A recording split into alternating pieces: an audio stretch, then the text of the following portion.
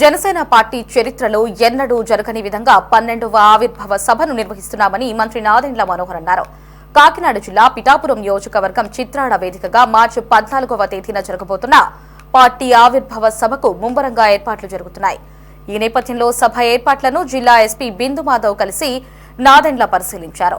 మొత్తం సభా ప్రాంగణం 75 సీసీ కెమెరాలతో నిఘా ఏర్పాటు చేస్తున్నామని, వచ్చే అతిథులకు, ప్రజలకు, జన సైనికులకు ఇబ్బందులు కలగకుండా చూడాలని నాదెండ్ల సూచించారు.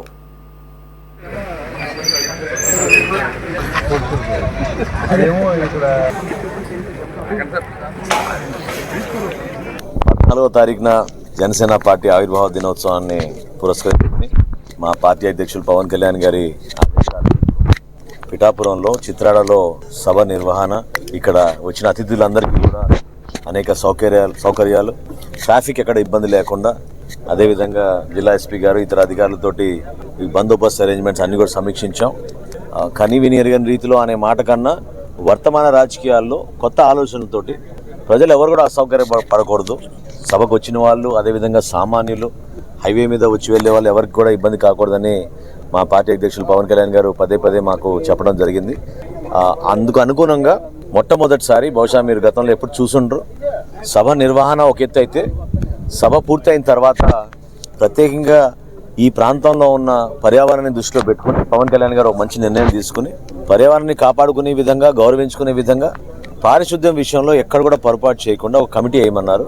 సో ఒక 25 మందితోటి కమిటీ వేసి స్థానిక నాయకులందరితో కూడా ఇక్కడ సభ అయిన మరుసటి రోజు వందల సంఖ్యలో శ్రమదానం చేసి అందరూ కూడా కేవలం ఈ సభ ప్రాంగణమే కాకుండా ఎక్కడైతే ఫ్లెక్సీలు కట్టినా, జెండాలు కట్టినా అన్నింటినీ కూడా జాగ్రత్తగా మళ్ళీ తీసి ప్రజలకి ఎక్కడ ఇబ్బంది కలగకూడదు అనేది మా పార్టీ అధ్యక్షులు పవన్ కళ్యాణ్ గారు కోరారు.